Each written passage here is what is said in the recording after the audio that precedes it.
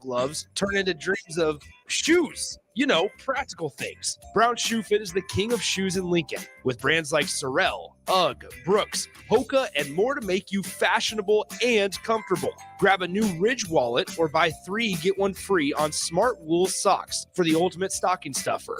And don't forget a reliable gift card for that hard-to-buy person in your life. Brown Shoe Fit at 66th and Q in Lincoln. Is your backyard ready for fun with friends and family this fall? GE Landscape Supply has pavers and boulders, which are a great accent for any landscaping project. And you can find them at 6701 Cornhusker Highway. GE Landscape Supply sells to homeowners and contractors with a vast selection of landscaping and construction materials. And don't forget, they deliver anywhere, nearby or far away. Stop by at 6701 Cornhusker Highway from 7 a.m. to 5 p.m. Monday to Friday. Go to gelandscapesupply.com for more info or call 402-467-1627. The Mill Coffee and Tea, formerly with 4 Lincoln locations, but now 5 Lincoln locations. That's 25% more locations than there used to be. Can you even imagine a world where there's only 4 Lincoln Mill locations? Feels like ages ago. We were all so young then. The Mill on 11, located right alongside the 93.7 The Ticket Studios at 1040 O Street. Action Plumbing, Heating, Air, and Electric brings exciting career opportunities for you or someone you know. They are now hiring plumbers, electricians, and HVAC techs and installers to continually build their professional team. They offer competitive pay and full benefits packages that include health, dental, vision, PTO, and 401k options. Action has created a positive team environment for over 50 years. Apply online at actionlincoln.com. We're bringing heaven to Lincoln with a waffle unlike anything you've ever experienced. Heavenly Waffles combines an incredibly fluffy recipe packed with protein and a medley of angelic toppings. To elevate the experience beyond your typical waffle and syrup, take the opportunity to try out this divine creation and pair it with a coffee from the mill as we celebrate Heavenly Waffles Wednesday from 8 to 11 a.m. at the 93.7 The Ticket Studio. Stop by the 93.7 The Ticket Studios at 1040 O Street this Wednesday, December 13th, to try some Heavenly Waffles. Parking available on 11th Street and in nearby garages. This is On the Block with Strick and Austin. Nebraska Basketball Hall of Famer and 9-year NBA vet, Erick Strickland. Strickland for 3! And you're going to go out of here as the Big 8 tournament champion. Middle school basketball coaching legend and Duke basketball shooting coach in his mind, Austin Orman. Coming at you live from the heart of Lincoln, America. On air and online at theticketfm.com. Brought to you by Mary Ellen's Food for the Soul. This is On the Block with Strick and Austin. A happy Monday to you and yours from the On the Block crew. I am Austin Orman. Erick Strickland to my right here on the screen. Stricky, how are you? How was your weekend, my friend? Weekend was good, man. My daughter, it was her 16th birthday, so that was something that was beautiful as all. So that was good to have that, and it's crazy how fast time goes and how fast time flies when your kids are growing up and everything. So just watching her and how happy she was on her birthday was great.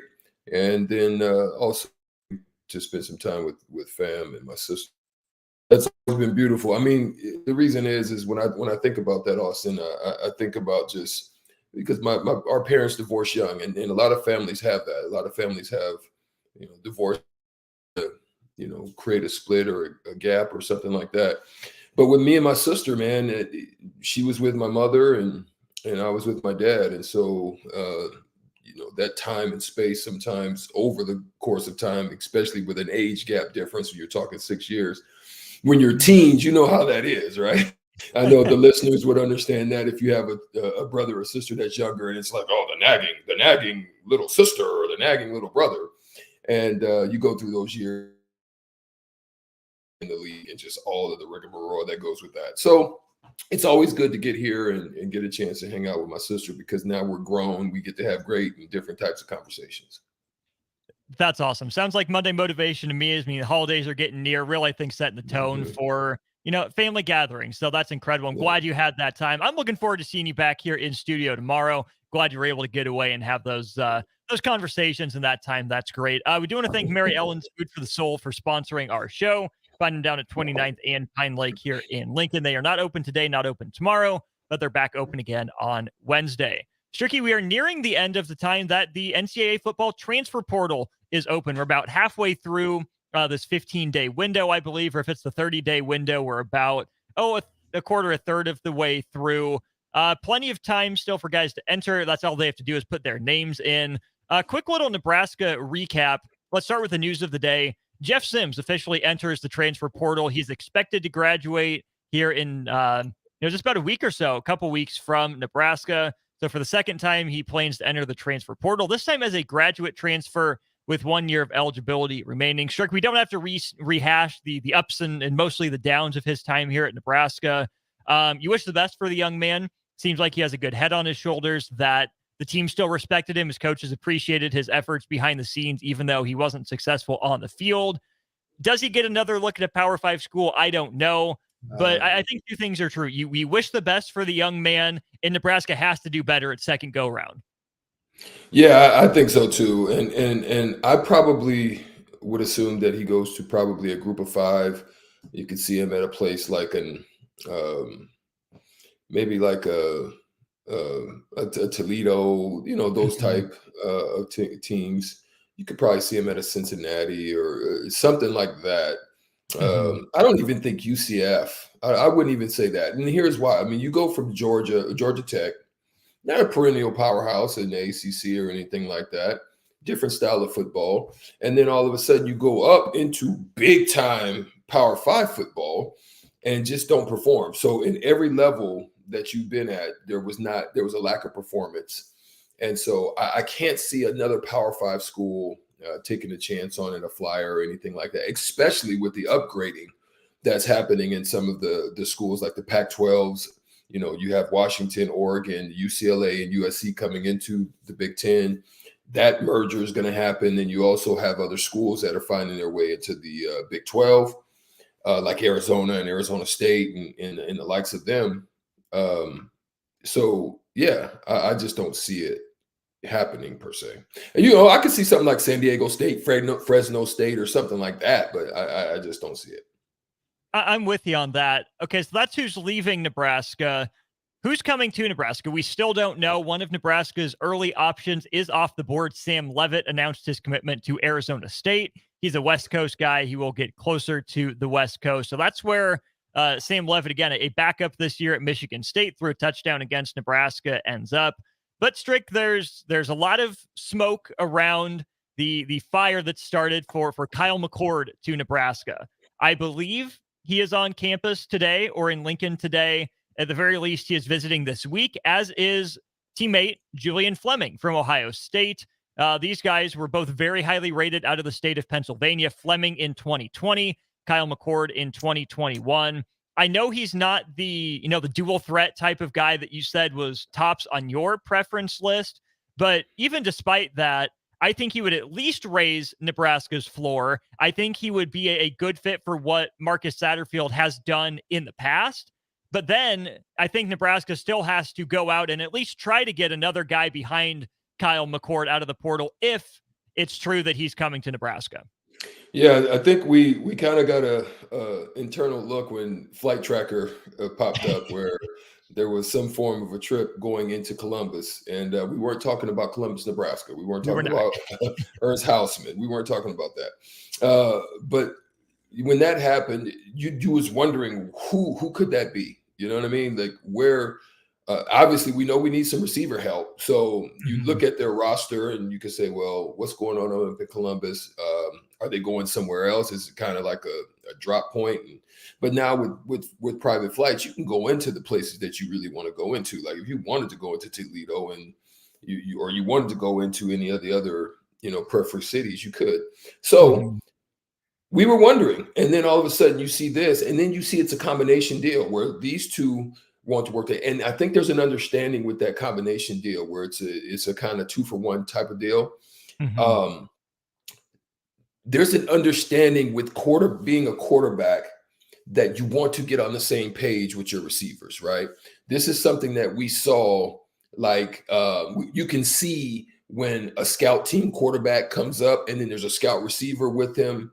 You can see some of that chemistry that goes on with some of those types of guys, right? You could see it in, with familiarity or relationship that you may have, like you saw it early on with Washington and with Casey Thompson. You kind of, because they had a common ground and they knew each other. Them knowing each other, playing with each other at the highest level, that thing can work. And then you add on the others that are looking to get better as they go through next year, next spring.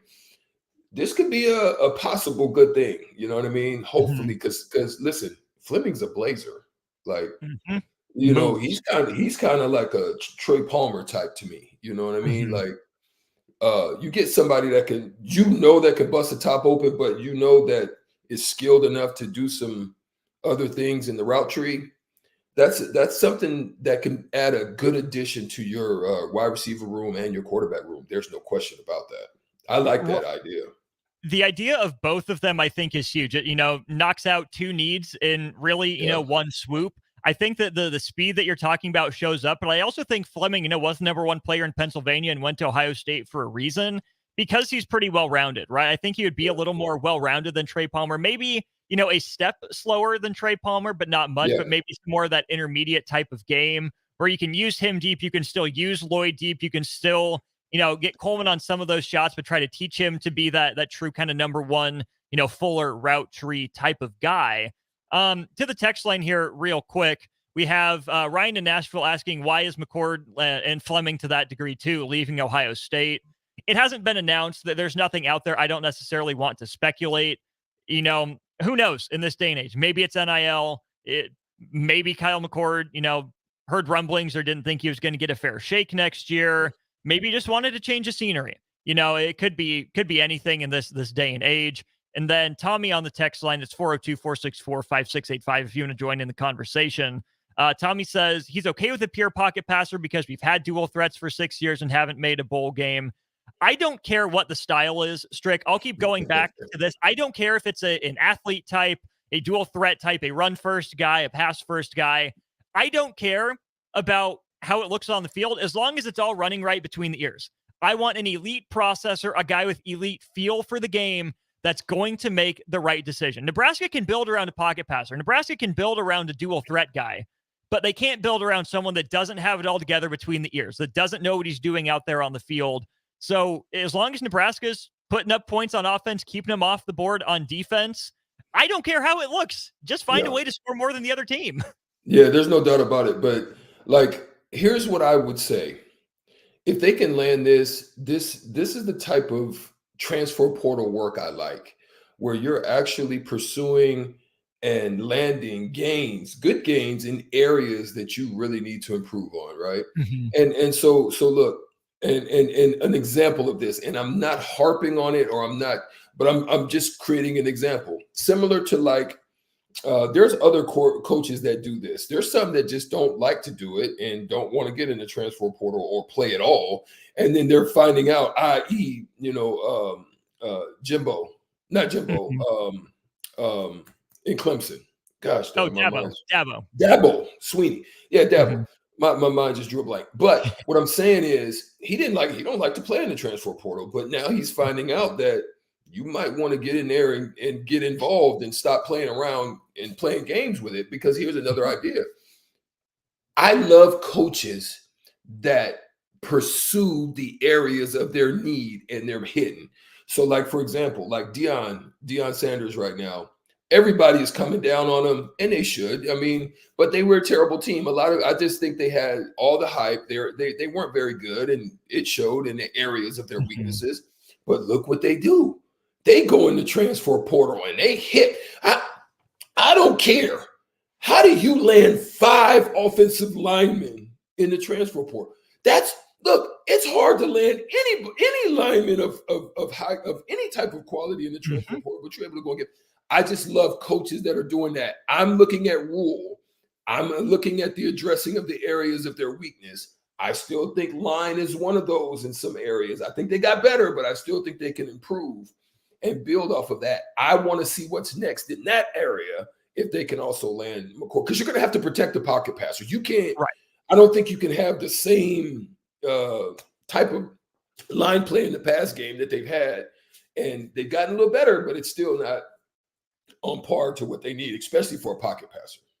Right. And the flip side of that, too, is you'd have to block for a running back more often in the run game. But Nebraska hasn't had that consistent, ground threat from a running back since Divine Azigbo. Maybe you give Ramir Johnson some credit for that 750-yard year. You do. But I think with the pocket passer, Nebraska would be forced to go back to that kind of traditional run game, being creative with the running backs. And I think that would be a huge help for this team. Take some load off the quarterback. And again, let him just play a little more free, worrying about getting into the right look in the pass game. He's Erick Strickland. I'm Austin Norman. We're talking about Stricky's Huskers next. Husker men's basketball, a huge win, a vitally important win for them, 77-70 over Michigan State.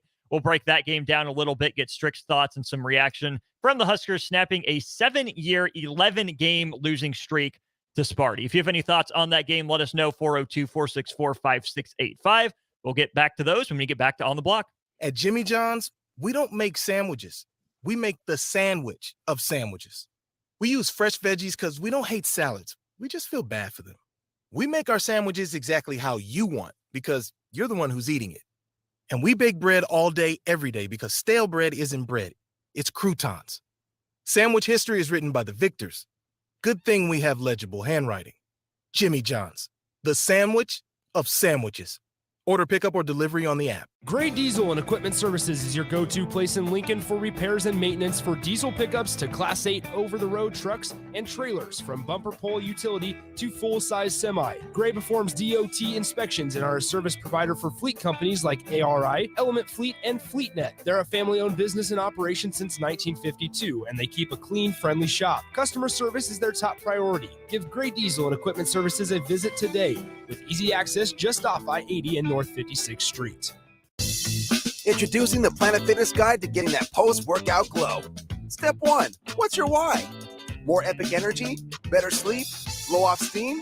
Step 2, join Planet Fitness for just $10 a month and get moving. Go cardio crazy in our clean and spacious clubs, or get down with some dumbbells and strength equipment. Step 3, bask in that post-workout glow. Join Planet Fitness today for just $10 a month. It's glow time. See Club for details. Ever wish you had another light switch on the other side of the room on a dark night? How much better would you sleep at night if you had a ceiling fan in your room? The High Electric Service Department is here to make your electrical what-ifs a reality. Whether you're looking to replace some outdated light fixtures or brighten up your counters with under-cabinet lighting, High Electric can handle all types of residential electrical installations and services. Give Erica a call at 402-466-6606 or visit high-electric.com to get started. Experience the Landmark difference with the next level of dealer support. Landmark, your local John Deere dealer, continually works to have parts on hand the first time you walk in the door. Our internal route system means we can get the parts to you typically same or next day to keep you up and running. At Landmark, we understand time is money. Get more uptime with our after-hours parts and service support on the phone or in the field. Our sales, precision ag, parts, and service teams are ready to serve you this planning season. Stop by your local Landmark today to experience the Landmark difference. At Union Bank, people don't have your money. Your money has people. First home people, investment people, people who answer the phone and your chats, dream car people, dream retirement people, driving your dream car in your dream retirement people, small business people, credit card people, and all the other people you need. At Union Bank, our people help you do more than you dreamed possible. So stop in and say hello. We can't wait to see you. Union Bank and Trust. Member FDIC. Wall-to-Wall Wine and Spirits is now open in Lincoln. Shop our expansive collection of wine, beer, spirits, and cigars at 5040 North 27th Street. From top-shelf liquor to crowd-favorite beer, Wall-to-Wall Wine and Spirits has a beverage for every taste and every budget. Plus, join our loyalty program to earn rewards and save on future purchases. Shop Wall-to-Wall Wine and Spirits at 5040 North 27th Street in Lincoln. That's 5040 North 27th Street. Gary with Gary Michaels Clothiers Lincoln. I'm here to tell you about our custom shirt program.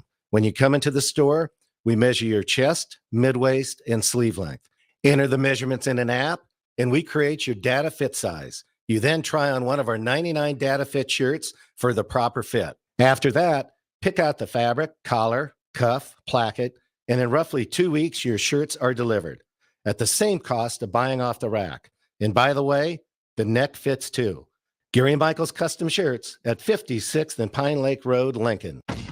Attention all Wings fans. 89-cent wings are back on Tuesdays at Buffalo Wings and Rings in Lincoln. Enjoy the best wings in town for boneless or traditional at a price that makes the whole family happy. And now at the Williamsburg Village Wings and Rings, you can enjoy $1.50 tall boys in Bud Light, Coors Light, Busch Light, and Michelob Ultra every day after 7 p.m. and all day on Sundays. Get to Wings and Rings today and make sure to stop by on Tuesdays for 89-cent wings.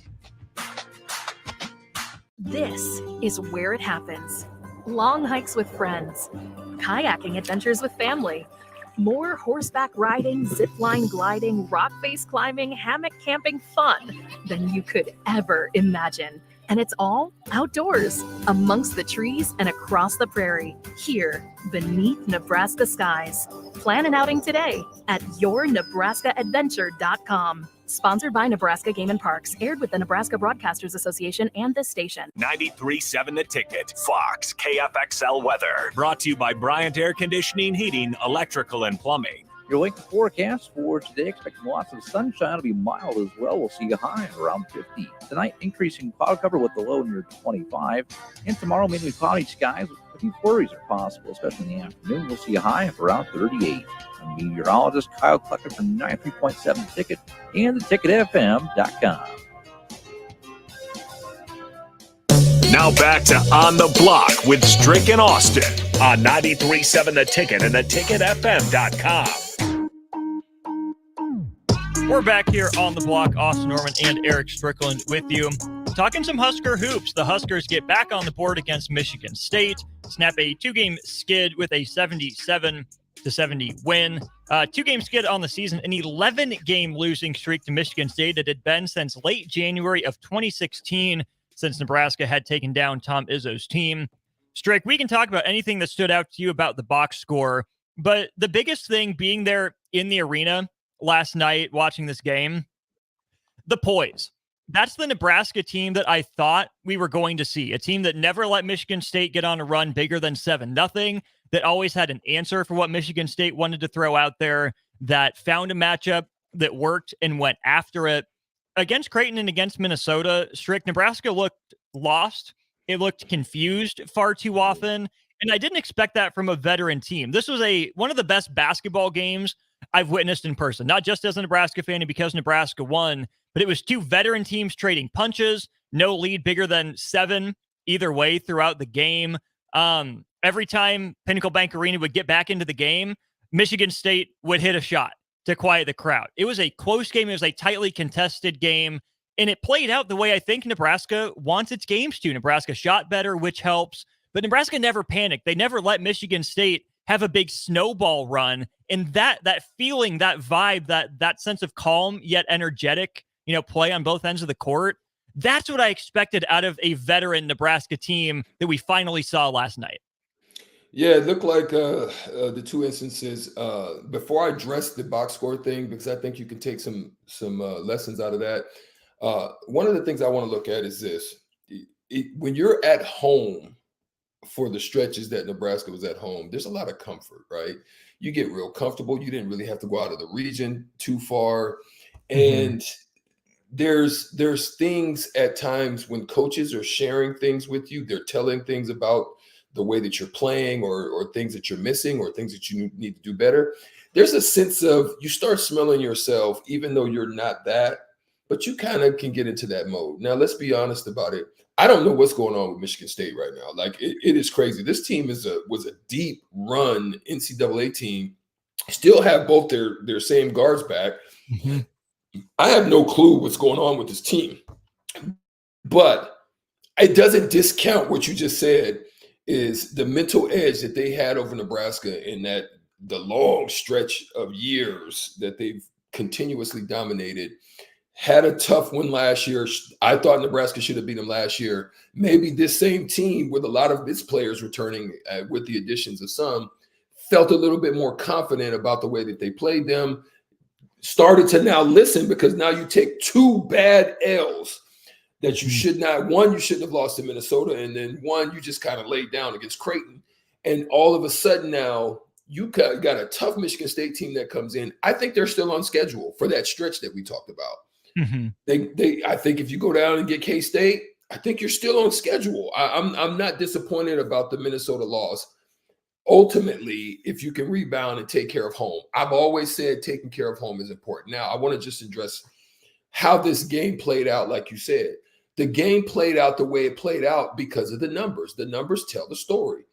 Everything across the board in this game, Austin, was equal. It was the same. Rebounds were the same. Dang near assists were the same on both teams. 16 for Nebraska, 14 for them. 5 steals apiece for both of them.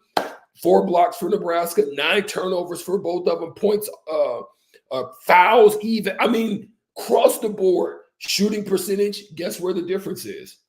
Nebraska did a better job of just not letting threes fly, doing a little bit more of attacking. The screening that I talked to you about, you saw the cutting, the finding the guys, understanding the way that they're guarding you. And then when they're cutting, you're knowing where those windows are. You saw in the first half when Tamanaga kind of ran off of one of those round screens, found himself open, got fed, made the layup.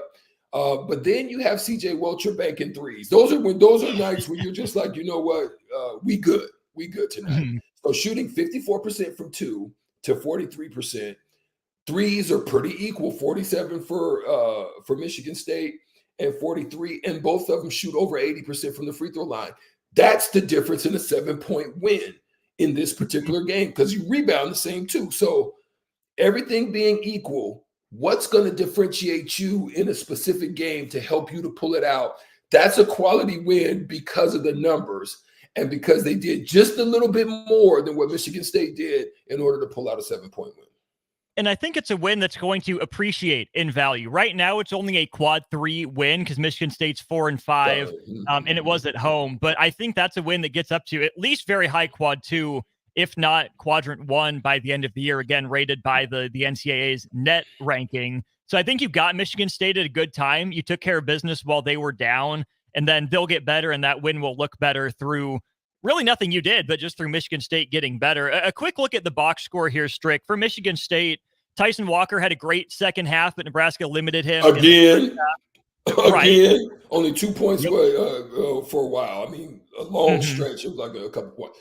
Man, because that's what he do. He heats up somehow. Second half, you got to watch him. But go ahead. He had that 6-0 run. Nebraska was up 60-57. He hits those 2 threes back-to-back. One of them, Juwan Gary just didn't get a hand up, went under a screen on a career 42% three-point shooter. And then he cooked for the next one to give Michigan State the lead. That's where some of that poise kicks in, is that it's like, okay, Nebraska's fought, but hey, the guard's taking over. That's that. It didn't happen. Hogard was good. Malik Hall had a great night, 22 on 7 of 14. And that goes to what I think I'm saying about Michigan State still finding itself. Tom Izzo used the word disappointed or disappointing 4 times in his opening statement. They didn't get much out of their centers. And I'll get to the Nebraska reason for that in a sec. Sissoko didn't make the difference I thought he was going to. Cooper wasn't very good. So Michigan State was playing either Cohen Carr or Malik Hall at the 5. Now, Malik Hall went at Rink Mast, hit some tough buckets over Rink Mast. But on the other end there, Strick, Rink Mast did what he had to do. He drew either Cooper or Sissoko away from the basket. You mentioned those backdoor passes to Williams and Gary on back-to-back possessions that were really nice. Maybe not his best scoring night, but had a couple really timely buckets by going into Malik Hall, right? Michigan State tried to get small and spread the floor. Nebraska was okay with going big, letting Rink Mast be the one big on the floor against Malik Hall and just going 2 for 2 there for a little bit. Yeah, I mean, what's dope about it is Rick Mast is your leading assist guy, as well as dominated the rebounding numbers for anybody. He doubled up anybody on their team. I mean, Hall was the only one close to double digits at 7, but Rink Mast going and getting 14 big ones for the team didn't really require much, but good gosh, the assist numbers, it's looking like a Derek Walker, a different version, but maybe a better version in some instances of Derek Walker, especially with the ability to pass. And people were wondering, was that going to be lost? But we're seeing that he's still doing a wonderful job in distributing the ball from that position as a forward center. He is. I think there's a really good response from him to the last couple games where he didn't play his best, came out, had a great day. Keisei Tominaga forced a couple shots, but I thought overall it looked like old Keisei hit a couple really tough ones that Michigan State just couldn't do anything about, like when he was cooking at the end of last year. You have the banked-in 3 from Wilcher, the miracle 3 from Sam Hoiberg. And that's like you were saying, how you know it's your night. But Strick, Bach asked me about this. I'll give you my answer to this, and I want yours as well. Bryce Williams. Bach was noting the disparity in his scoring the last, 4 halves of basketball. 17 in the first half against Minnesota, just 1 in the second half. A scoreless first half for Bryce Williams before he turns it on for 14 points in the second half, including some free throws down the stretch. Bach was saying that he might want some more consistency out of Bryce Williams, kind of balance it out. But what I said, Strick, was it felt like there was a difference between why Bryce Williams had 2 wildly different halves against Minnesota and 2 wildly different halves against Michigan State. He was on a burner the first half against Minnesota, and then he pressed, he got in his own head. Whereas the first half against Michigan State, Nebraska found offense other places. They weren't looking for him. He didn't get those looks. And then in the second half, Nebraska needed Bryce Williams to step up. They screened him open. He took over at the free throw line, hit that big 3 to give Nebraska the lead for the last time. So yes, even though there is that big difference in scoring, I felt so much better about Bryce Williams after Michigan State than I did against Minnesota. Yeah, and all I can do is agree with you. I'll agree with you on that. But I just want to say, I love the quality of minutes, the efficiencies of minutes. I love what Jawan Gary and his aggressiveness. And again, I think him getting out in the open court and taking advantage of steals and push opportunities, where I think they need to do more of that, really just kind of pushing that ball up and just allowing them to be able to use their physicality and creativity. You saw the good body work on the Euro step with the George Gervin finger roll, one of those type of plays that he made, which shows that he has great capability in doing that. And I think they need to continue to do more of that. Run with opportunity and do more attacking to run and not settling for threes. And this is why I think if you can get your 2% numbers where Nebraska's at 50% on 27 for 54, you're going to put yourself in a lot of games. It's going to minimize bad shots on threes and then bad night shooting threes, where it can still keep you in the game. And with your defense and with rebounding, you'll have still opportunities to win games.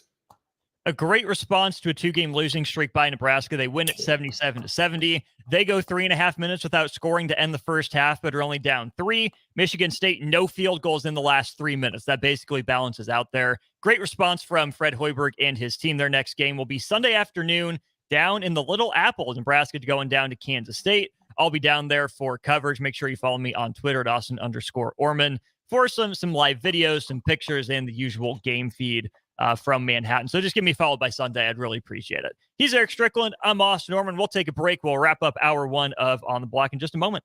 Wall-to-Wall Wine and Spirits is now open in Lincoln. Shop our expansive collection of wine, beer, spirits, and cigars at 5040 North 27th Street. From top-shelf liquor to crowd-favorite beer, Wall-to-Wall Wine and Spirits has a beverage for every taste and every budget. Plus, join our loyalty program to earn rewards and save on future purchases. Shop Wall-to-Wall Wine and Spirits at 5040 North 27th Street in Lincoln. That's 5040 North 27th Street. Gary with Gary Michaels Clothiers Lincoln. I'm here to tell you about our custom shirt program. When you come into the store, we measure your chest, mid-waist, and sleeve length. Enter the measurements in an app, and we create your data fit size. You then try on one of our 99 data fit shirts for the proper fit. After that, pick out the fabric, collar, cuff, placket, and in roughly 2 weeks, your shirts are delivered at the same cost of buying off the rack. And by the way, the neck fits too. Gary Michaels Custom Shirts at 56th and Pine Lake Road, Lincoln. Action Plumbing, Heating, Air, and Electric is the call I make when I have a need for plumbing services. Whether it's for my home or office, If I need a repair to a water heater, softener, or even my garbage disposal, I know I can count on Action to help. In one simple call, their amazing customer service team promptly schedules a service call, often getting to my needs within a day. Action delivers honest, quality services we can count on. To learn more, visit actionlincoln.com. If you're not going to Memorial Stadium for a home game and don't have any travel plans for away games, there's a great place in Omaha to catch the action, the Inner Rail Food Hall. There's plenty of space. The Backstretch Bar has amazing game specials on game days. $15 Blue Moon and Bud Light pitchers, $6 margaritas, and $6 Moscow mules. And if you're hungry, take in some of their great options from their game day pizza specials. Do football game day right in the Inner Rail Food Hall in Exarban Village in Omaha. At Southeast Community College, community is our middle name. Our continuing education classes offer personal interest, traffic safety and licensing, online learning, and adult education classes across Southeast Nebraska or online in your own home. Learn pottery or floral design, take a computer course, learn Spanish, how to start writing a book, or Air Fryer 101. See the full schedule of continuing education classes online at southeast.edu/continuing. SCC, your path to possible. Attention all Wings fans! 89-cent wings are back on Tuesdays at Buffalo Wings and Rings in Lincoln. Enjoy the best wings in town for boneless or traditional at a price that makes the whole family happy. And now at the Williamsburg Village Wings and Rings, you can enjoy $1.50 tall boys in Bud Light, Coors Light, Busch Light, and Michelob Ultra every day after 7 p.m. and all day on Sundays. Get to Wings and Rings today and make sure to stop by on Tuesdays for 89-cent wings. Your Christmas list changes a lot as you get older. Dreams of video games, remote control cars, and baseball gloves turn into dreams of shoes. You know, practical things. Brown Shoe Fit is the king of shoes in Lincoln, with brands like Sorel, UGG, Brooks, Hoka, and more to make you fashionable and comfortable. Grab a new Ridge wallet or buy 3, get 1 free on smart wool socks for the ultimate stocking stuffer. And don't forget a reliable gift card for that hard-to-buy person in your life. Brown Shoe Fit at 66th and Q in Lincoln. This year, give the gift of delicious food, incredible service, and a lasting memory with the Pillar Restaurant Group gift card.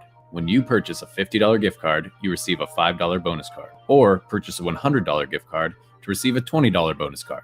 These cards can be used at all Pillar Restaurant Group locations, including Venue Restaurant and Lounge, Piedmont Bistro, The Butchery, The Bakery, and all Lincoln Good Sense Deli Fresh Subs locations. Available for purchase at any of our concepts or online at prgnebraska.com. Integrated Life Choices has been inspiring opportunities for individuals with disabilities for more than 15 years in Lincoln and across Nebraska by offering a number of services. From group homes to independent living resources and job training, you'll find the support that allows people to live fulfilling lives. They're also hiring. If you're looking for a rewarding career supporting people with developmental disabilities, you can check out open positions along with learning more about services at ilc.net. Integrated Life Choices. Problem gambling affects millions of Americans daily, of all ages and walks of life. If your loved one is struggling with addiction, contact Choices Treatment Center's 24-hour helpline at 402-476-2300. That's 402-476-2300. We're bringing heaven to Lincoln with a waffle unlike anything you've ever experienced. Heavenly Waffles combines an incredibly fluffy recipe packed with protein and a medley of angelic toppings. To elevate the experience beyond your typical waffle and syrup, take the opportunity to try out this divine creation and pair it with a coffee from the mill as we celebrate Heavenly Waffles Wednesday from 8 to 11 a.m. at the 93.7 The Ticket Studio. Stop by the 93.7 The Ticket Studios at 1040 O Street this Wednesday, December 13th, to try some Heavenly Waffles. Parking available on 11th Street and in nearby garages. 93.7 The Ticket, Fox, KFXL weather. Brought to you by Bryant Air Conditioning, Heating, Electrical, and Plumbing. Your Lincoln forecast for today, expecting lots of sunshine. It'll be mild as well. We'll see a high of around 50. Tonight, increasing cloud cover with the low near 25. And tomorrow, mainly cloudy skies. A few flurries are possible, especially in the afternoon. We'll see a high of around 38. I'm meteorologist Kyle Clucker from 93.7 The Ticket and theticketfm.com. If you're in Seward or Milford, listen up. Select Plumbing is now servicing your area with no trip charges from Lincoln. Select Plumbing works on a variety of issues for your home and business, including general plumbing, water heaters, faucet and fixture repair, underground sewer and water repairs, backflow testing, and more. Keep your property free from leaks and other issues. Call today for a free estimate, 402-560-6197. It's not just Lincoln, Waverly, and the surrounding area anymore. It's also Seward and Milford with no trip charges. Contact Select Plumbing to inquire at 402-560-6197. Now back to On the Block with Strick and Austin on 93.7 The Ticket and theticketfm.com.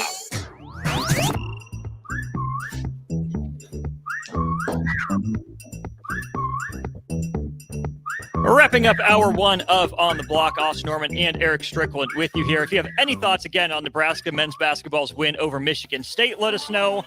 Any thoughts on Husker football in the transfer portal? We see you guys saying you want more offensive linemen. Yes, always, but like Stricky was saying, that's tough to get.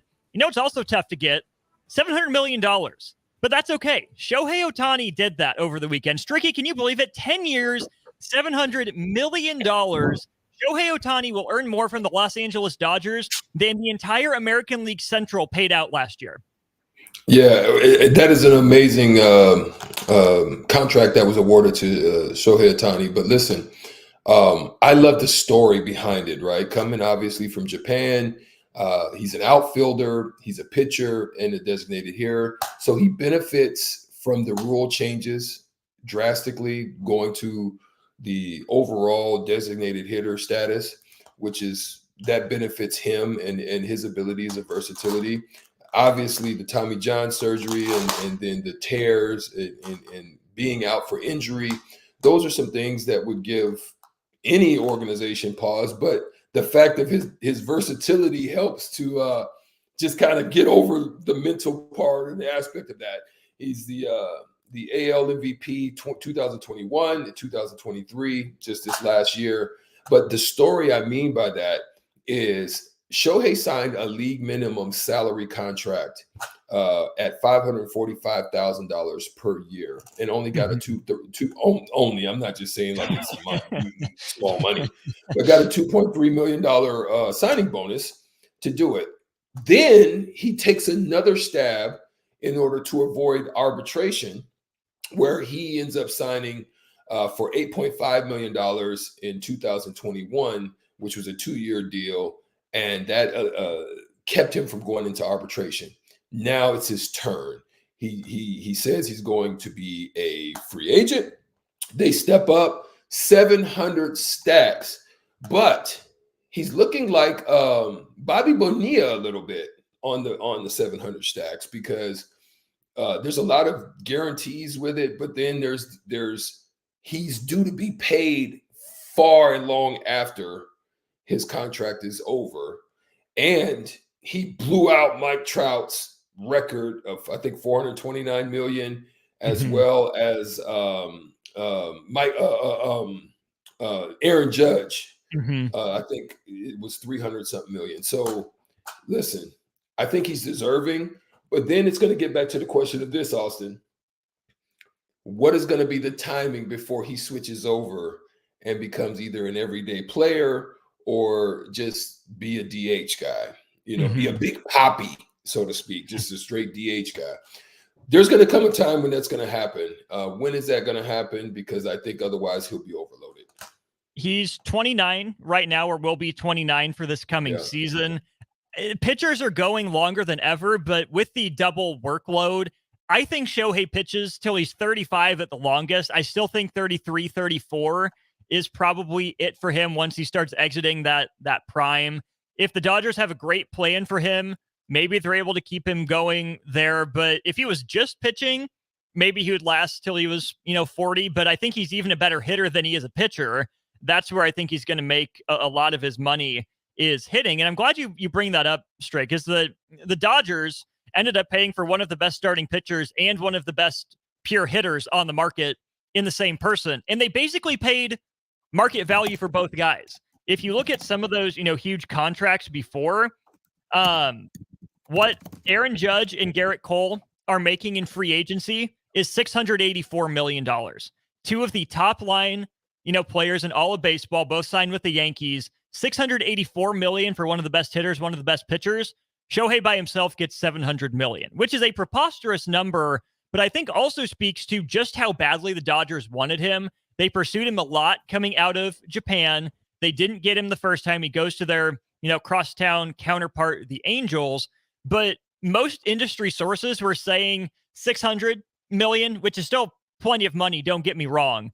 But the Dodgers tack on an extra $100 million, more so than anyone else was rumored to be willing to offer, just to make sure they get their guy. And they do it smartly too. You mentioned the Bobby Bonilla part. The actual number that's going to count against not the salary cap, but against the luxury tax thresholds is going to be less than $70 million because so much of it is being deferred. So the Dodgers had to pay that premium price, but they kind of get the best of both worlds because they still have some wiggle room to work with and fill out the rest of that rotation. Absolutely. And see, this is the one thing about, I think, the CBA right now in baseball. Obviously, the numbers sometimes can become, crazy, but you can also look at the way that they can get creative in their deals, because these type of deals, these are things that the other major leagues don't allow you to do. You know what I'm saying? They don't allow you to backtack and, kind of under the hand. We know with the Joe Smith situation, kind of with Minnesota, the under the table shake type of deal. We're gonna take care of you on the back. They don't allow you to do that. And so but we also said something here on the block. I remember we were discussing this about the location or the possibility of where he would go. We knew that it would probably be a big organization. I didn't think it would be East. I didn't think it would be New York. Some was speculating they thought it might have been somebody like New York or, one of the big organizations going that way. I knew it was going to be somewhere out West. I just didn't know if it was going to be up in the Northwest. But I figured the Dodgers would make a play, but I knew it was going to be somebody out West, whether it be San Francisco. It's just that market. That market fits for him, similar to what Casey is. In Nebraska to Japan, that market fits, and I figured it was going to be somebody West. The market fits the two. I didn't know though, Austin. I didn't know for sure though if San Diego could get in the mix. I just, I thought it would have been cool, but I just didn't know if they would be able to get in the mix to add to some of that talent they had down there. San Diego has plenty of talent. They got in that game before by trading for Juan Soto. I think San Diego's trying to figure out a way forward. Obviously, they trade Juan Soto to the Yankees last week. San Diego would have been fun. San Francisco's a sneaky kind of under-the-radar place for free agents, could have made a run. Seattle, I think, would have been a great market for Shohei to play in, but shouldn't be surprised that it's the Dodgers. With all that money, they haven't won fewer than, 81 games since 2005. They've won 100 games more recently than they've won 80 games. The Dodgers have been a very well-run, very consistently successful organization. So if Shohei Ohtani's, goal is to make the playoffs, seems like he got that pretty much wrapped up there in Chavez Ravine. We'll keep talking about that. Also, more thoughts on. Well, I was surprised real quick, Austin. I was actually surprised that Houston didn't get involved. I thought maybe one of the Texas teams would have also tried to jump in. I don't know, maybe they didn't want to go that high either. I think you're probably right. I think Dodgers probably just outbid themselves in this whole mix. So yeah, right. Just to make sure they landed the the pen to the paper. Still got to pass the physical, so it's not necessarily for sure yet. But it seems like things are trending that direction. And you think the Dodgers know what they're signed up for with a guy that's coming off of Tommy John surgery, but is healthy enough to swing a bat. He's Erick Strickland. I am Austin Orman here in Lincoln. When we get back, we'll talk some NFL, we'll talk some NBA, any other Husker basketball or football thoughts you have as well. You can let us know on the Starter Heyman text line or on the Starter Heyman Jewelers video stream comment section, 402-464-5685. And a big thank you to Delco Dave's for sponsoring our lunch today. Really appreciate Dave swinging by with his Philly cheesesteaks. I felt like the Dallas Cowboys taking down Philly that hard like I did today. But hey, that's another segment for another time. More on the block, hour 2, when we get back. This is Lincoln's home for sports talk on the FM dial. Also online at theticketfm.com. On the internet. KNTK FM Firth, 93.7 The Ticket. At Union Bank, people don't have your money. Your money has people. First home people, investment people, people. people who answer the phone and your chats, dream car people, dream retirement people, driving your dream car in your dream retirement people, small business people, credit card people, and all the other people you need. At Union Bank, our people help you do more than you dreamed possible. So stop in and say hello. We can't wait to see you. Union Bank and Trust, member FDIC. My dream was to work in commercial banking, but it required a college degree and I didn't have one. I found out that Doane had classes for adult learners on the Lincoln campus and online. So I earned my bachelor's degree, and 5 months later, I landed my dream job. I decided to continue my education, and now I'm working on my MBA at Doane. For me, the Doane experience has been life-changing. If you're in Seward or Milford, listen up. Select Plumbing is now servicing your area with no trip charges from Lincoln. Select Plumbing works on a variety of issues for your home and business, including general plumbing, water heaters, faucet and fixture repair, underground sewer and water repairs, backflow testing, and more. Keep your property free from leaks and other issues. Call today for a free estimate, 402-560-6197. It's not just Lincoln, Waverly, and the surrounding area anymore. It's also Seward and Milford with no trip charges. Contact Select Plumbing to inquire at 402-560-6197. This is where it happens. Long hikes with friends, kayaking adventures with family, more horseback riding, zipline gliding, rock face climbing, hammock camping fun than you could ever imagine. And it's all outdoors, amongst the trees and across the prairie, here beneath Nebraska skies. Plan an outing today at yournebraskaadventure.com. Sponsored by Nebraska Game and Parks, aired with the Nebraska Broadcasters Association and this station. Experience the Landmark difference with the next level of dealer support. Landmark, your local John Deere dealer, continually works to have parts on hand the first time you walk in the door. Our internal route system means we can get the parts to you typically same or next day to keep you up and running. At Landmark, we understand time is money. Get more uptime with our after-hours parts and service support on the phone or in the field. Our sales, precision ag, parts, and service teams are ready to serve you this planning season. Stop by your local Landmark today to experience the Landmark difference. We're bringing heaven to Lincoln with a waffle unlike anything you've ever experienced. Heavenly Waffles combines an incredibly fluffy recipe packed with protein and a medley of angelic toppings. To elevate the experience beyond your typical waffle and syrup, take the opportunity to try out this divine creation and pair it with a coffee from the mill as we celebrate Heavenly Waffles Wednesday from 8 to 11 a.m. at the 93.7 The Ticket Studio. Stop by the 93.7 The Ticket Studios at 1040 O Street this Wednesday, December 13th, to try some Heavenly Waffles. Parking available on 11th Street and in nearby garages. Tune in to the Malone Radio Show from 9 to 10 p.m. every Sunday night to learn more about the Malone Center's goal to eliminate multi-generational poverty in Lincoln. It's the Malone Radio Show every Sunday night from 9 to 10 p.m. on 93.7 The Ticket and theticketfm.com. At Southeast Community College, community is our middle name. Our continuing education classes offer personal interest, traffic safety and licensing, online learning, and adult education classes across Southeast Nebraska or online in your own home. Learn pottery or floral design, take a computer course, learn Spanish, how to start writing a book, or Air Fryer 101. See the full schedule of continuing education classes online at southeast.edu/continuing. SCC, your path to possible. Experience flexibility like never before with Ace Rent-to-Own. Whether you're decorating a new home or upgrading your electronics, they provide easy payment plan options that suit your budget. No credit checks, no hefty interest rates, just straightforward renting solutions designed with you in mind. Find great options to make a beautifully furnished space or surround yourself with the latest gadgets. With Ace Rent-to-Own, it's all within your grasp. Visit acerentoown.com and bring home more than just a product. Bring home a lifestyle. This year, give the gift of delicious food, incredible service, and a lasting memory with the Pillar Restaurant Group gift card. When you purchase a $50 gift card, you receive a $5 bonus card, or purchase a $100 gift card to receive a $20 bonus card. These cards can be used at all Pillar Restaurant Group locations, including Venue Restaurant and Lounge, Piedmont Bistro, The Butchery, The Bakery, and all Lincoln Good Sense Deli Fresh Subs locations. Available for purchase at any of our concepts or online at prgnebraska.com.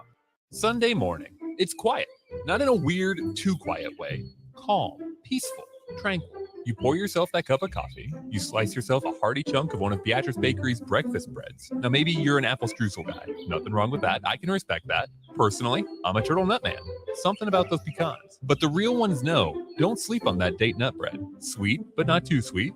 Nutty, not overly. The perfect morning treat. Beatrice Bakery. Online at beatricebakery.com. Welcome to our world of yum.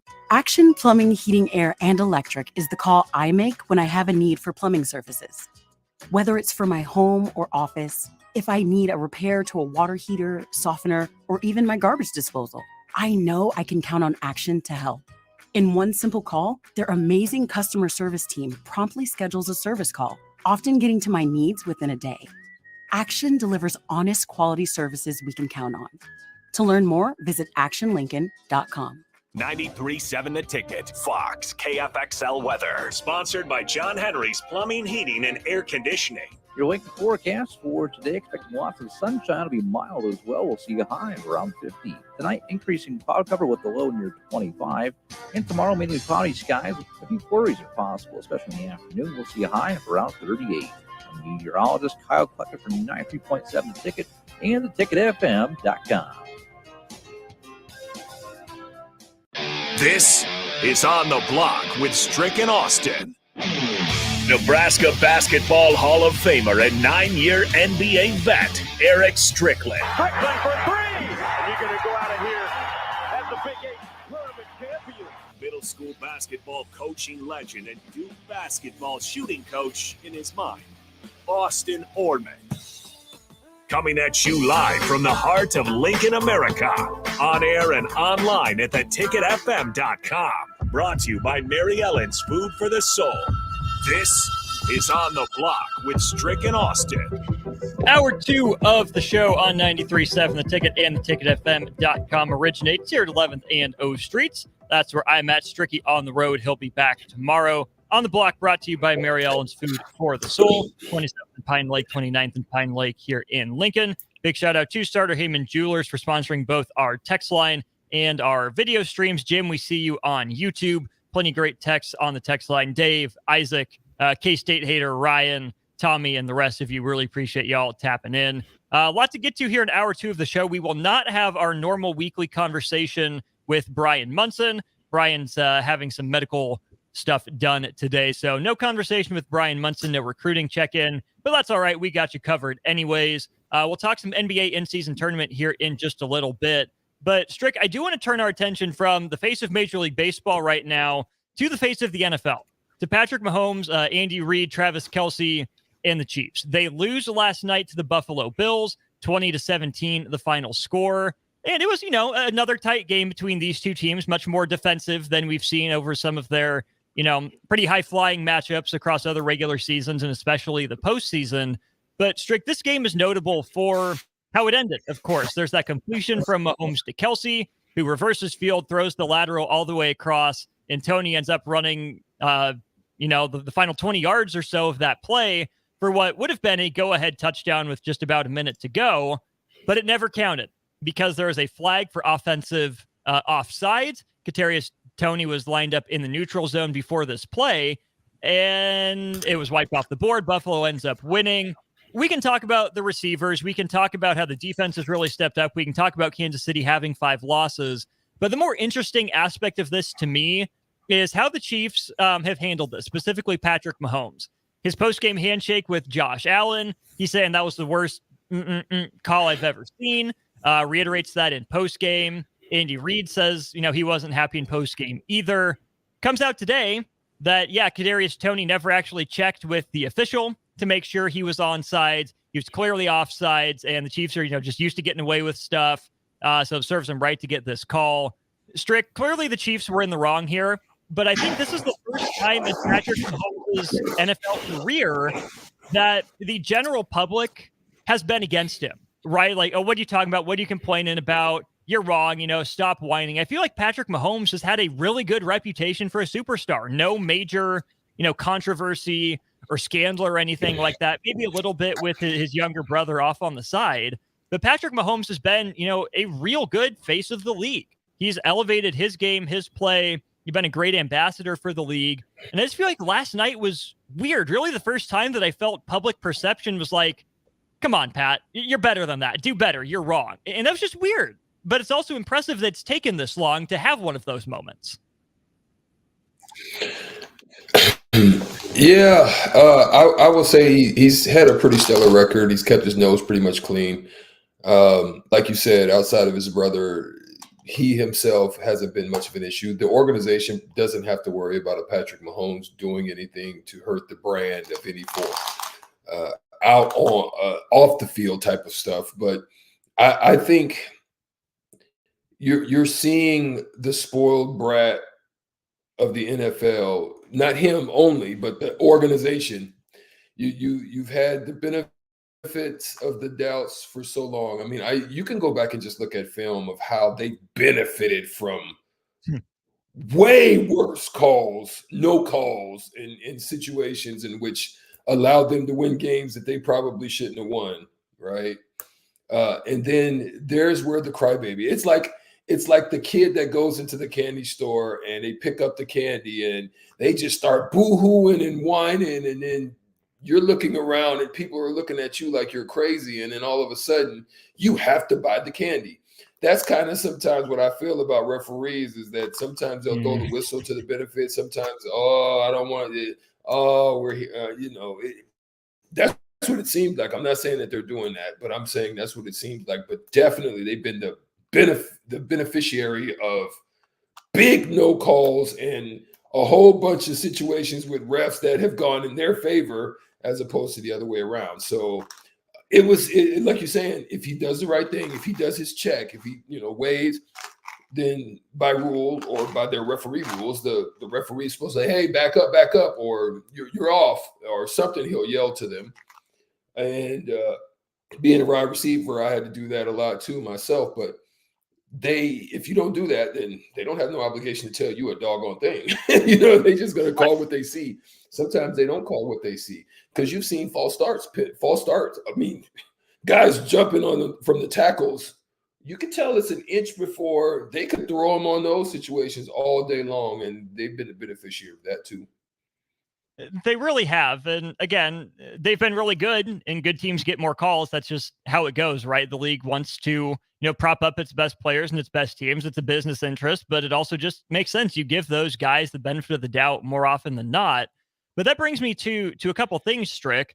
The Chiefs are starting to feel a little Warriors-ish, where they have one of the best players, if not the best player in the league, but their lack of success in drafting might be holding them back. The Chiefs have done a stellar job in reloading and replacing on the defensive side of the ball, but offensively, especially at the wide receiver position, but even throw, Edwards-Helaire in there outside of an offensive lineman or two, the Chiefs have wasted their drafts by not really getting wide receivers to help Patrick Mahomes out. This is a glaring issue for this team that we saw from the outside, and I'm sure they'd like to think Mahomes can elevate these guys, but it almost feels like even though the Chiefs are leading the division, they're only a game up on a suddenly resurgent Broncos team with Sean Payton, and no one is taking the Chiefs seriously as a Super Bowl contender this year. So what did they do? They just wasted a year of Patrick Mahomes' prime. That should be a sin, a cardinal sin.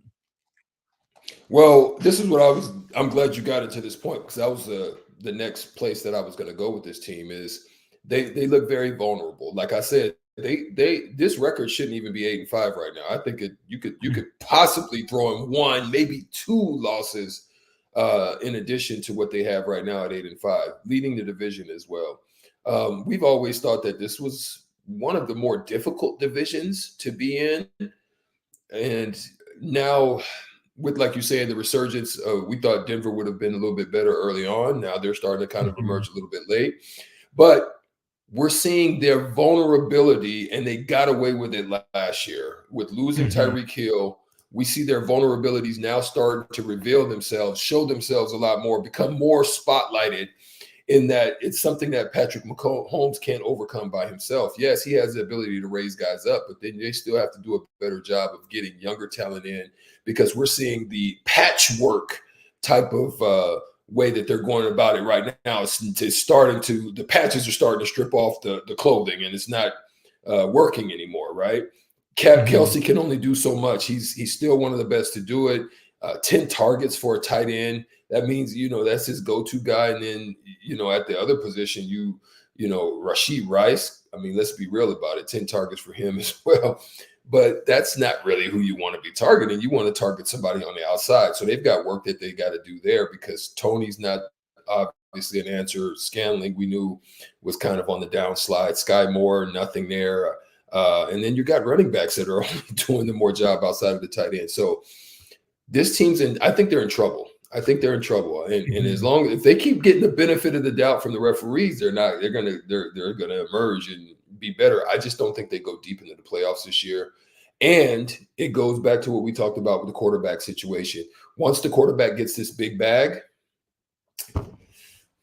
it's not much where there's not many other places that you can go at that point. That's why drafting, as you said, is super, super important, to make sure you hit on good young talent out of the draft, because you're not going to draft high. So you really got to do your research. You're a small market team. You're not going to be a super place for free agents to come to. So you really got to do your work in the drafting, as well as the scouting and finding those lower end draft picks, like they found with Pacheco, for example. And it's not to say that, drafting is easy, but I think a couple of glaring examples that the Chiefs could have used this year is when the Chiefs picked at the end of these couple drafts, both T. Higgins and Michael Pittman Jr. were available in different years for this team. Imagine what just that true kind of outside guy would do for Patrick Mahomes. Take some pressure off of him, take some pressure off of Kelsey. What if you had, Pittman Jr. instead of Edwards-Helaire? I think that'd be a net benefit for the Chiefs, and that would go a long way. I mean, Brett Veach has been, so good at, finagling Chris Jones's extension under the salary cap, at finding some, bottom of the roster kind of guys that have popped out of nowhere. Even, getting creative to get, Valdez Scantling, who played a role last year, Juju Smith-Schuster, who had a really good bounce back year in Kansas City. He's done a really good job for the most part, but almost like Bob Myers, like, there's an expiration date. There's a timestamp on all these teams. And here's the thing, one, down year that they're still 3 games above 500, still in the driver's seat for their division. If it's a down year and they still win their division, I think they should feel all right about themselves, but they can't feel too good about themselves at the same time, right? If they want to continue this dynasty, this run that they're on, they have to look themselves in the mirror and be honest. Where can we cut back? Because we need to surround our, all-world Hall of Fame level quarterback with some help. Otherwise, this could all fall apart in an instant. No question. So you're going to have to do 2 things. You're going to have to approach, and you may have to approach Mahomes with the Tom Brady model and see what Mahomes does and how he bucks, or how, you may want to make it a little bit, the pressure a little bit hard on him, so that he's like, he's tired of having those frustrating moments, throwing helmets on the sideline and yelling and going at referees and all that. And so that pressure could mount up so much to the point where he's tired of looking at it. Now it's got to be the onus on me. What can I do to help? How can I do some Tom Brady stuff to get the kind of guys in there I need? But one thing about New England that they used to do is they would always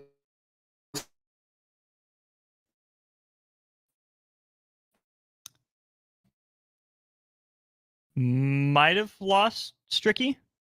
Too bad internet connection. The Julian Edelman type. Did I lose you? Yeah, we lost you there for a minute, but pick up with Julian Edelman.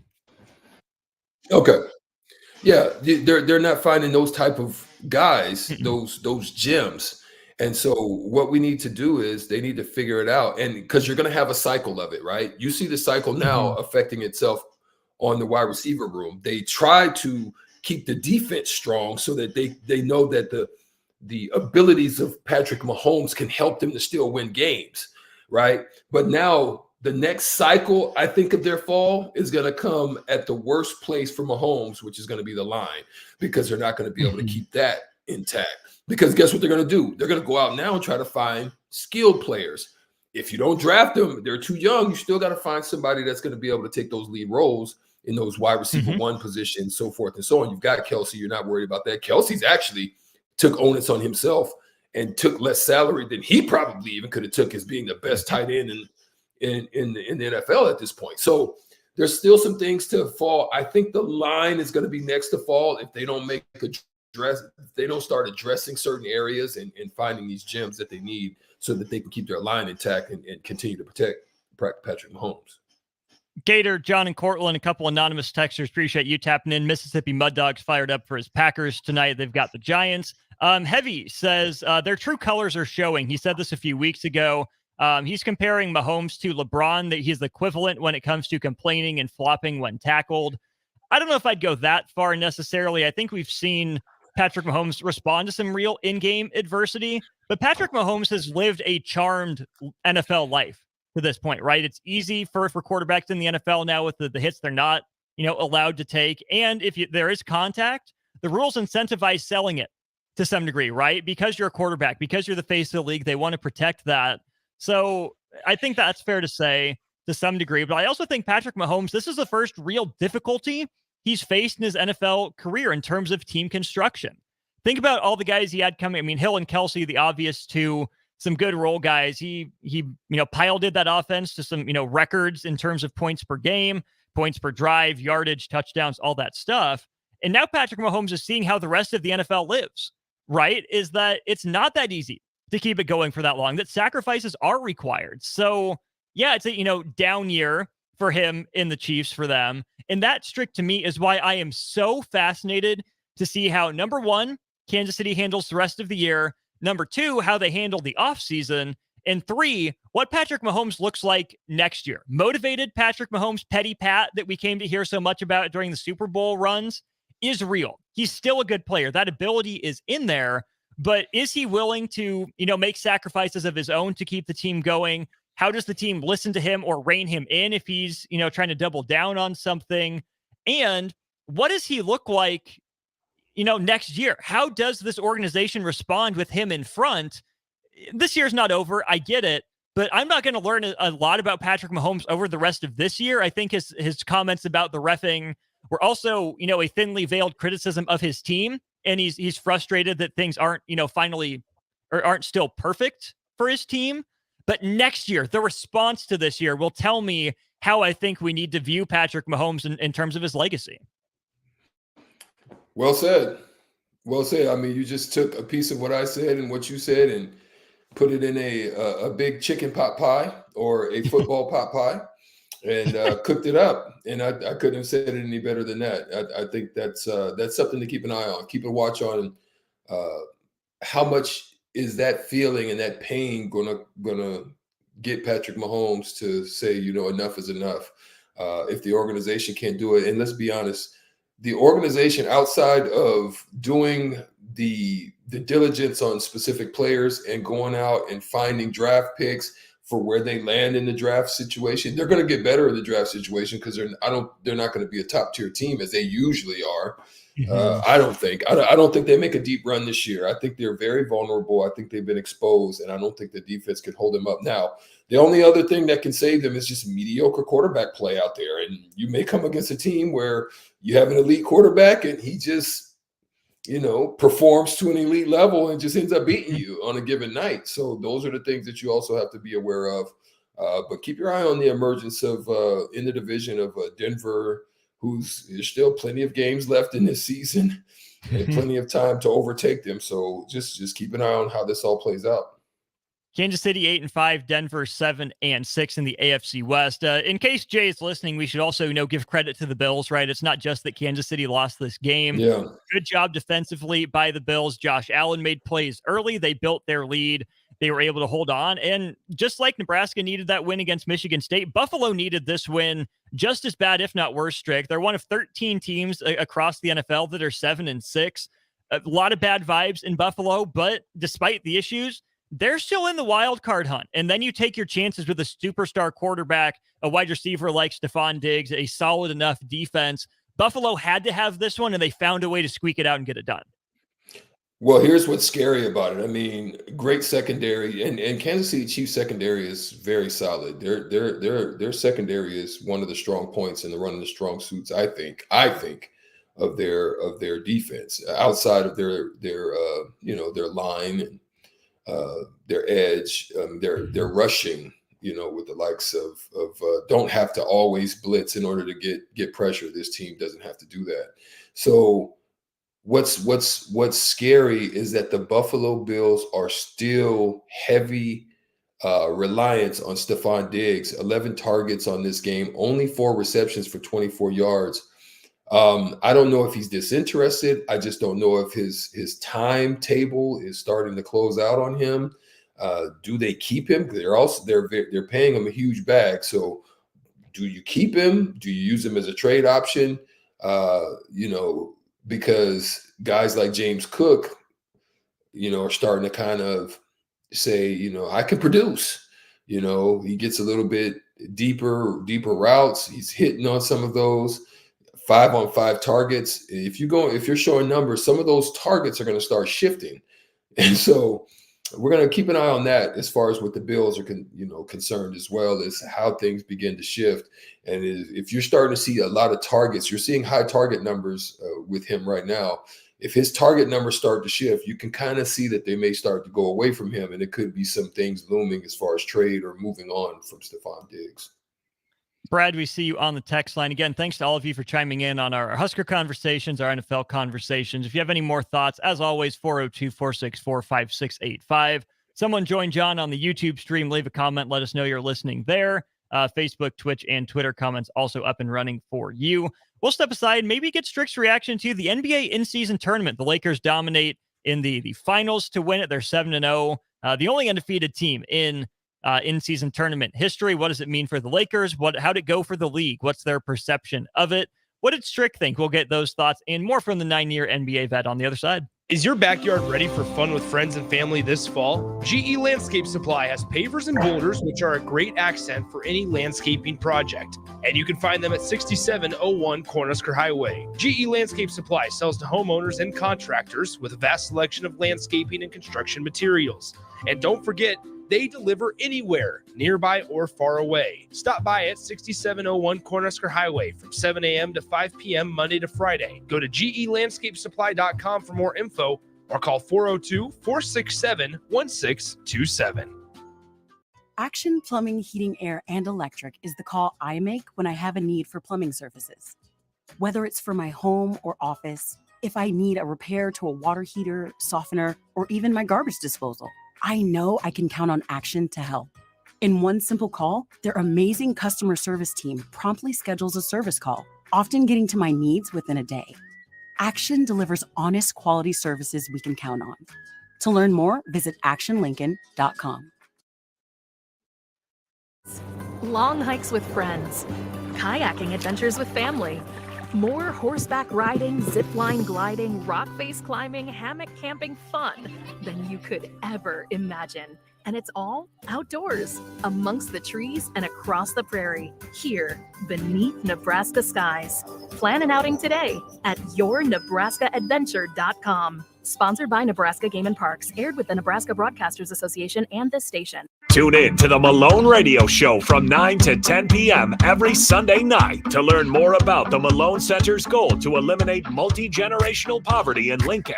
It's the Malone Radio Show every Sunday night from 9 to 10 p.m. on 93.7 The Ticket and theticketfm.com. Experience flexibility like never before with Ace Rent-to-Own. Whether you're decorating a new home or upgrading your electronics, they provide easy payment plan options that suit your budget. No credit checks, no hefty interest rates, just straightforward renting solutions designed with you in mind. Find great options to make a beautifully furnished space or surround yourself with the latest gadgets. With Ace Rent-to-Own, it's all within your grasp. Visit acerentoown.com and bring home more than just a product. Bring home a lifestyle. Problem gambling affects millions of Americans daily, of all ages and walks of life. If your loved one is struggling with addiction, contact Choices Treatment Center's 24-hour helpline at 402-476-2300. That's 402-476-2300. At Southeast Community College, community is our middle name. Our continuing education classes offer personal interest, traffic safety and licensing, online learning, and adult education classes across Southeast Nebraska, or online in your own home. Learn pottery or floral design, take a computer course, learn Spanish, how to start writing a book, or Air Fryer 101. See the full schedule of continuing education classes online at southeast.edu/continuing. SCC, your path to possible.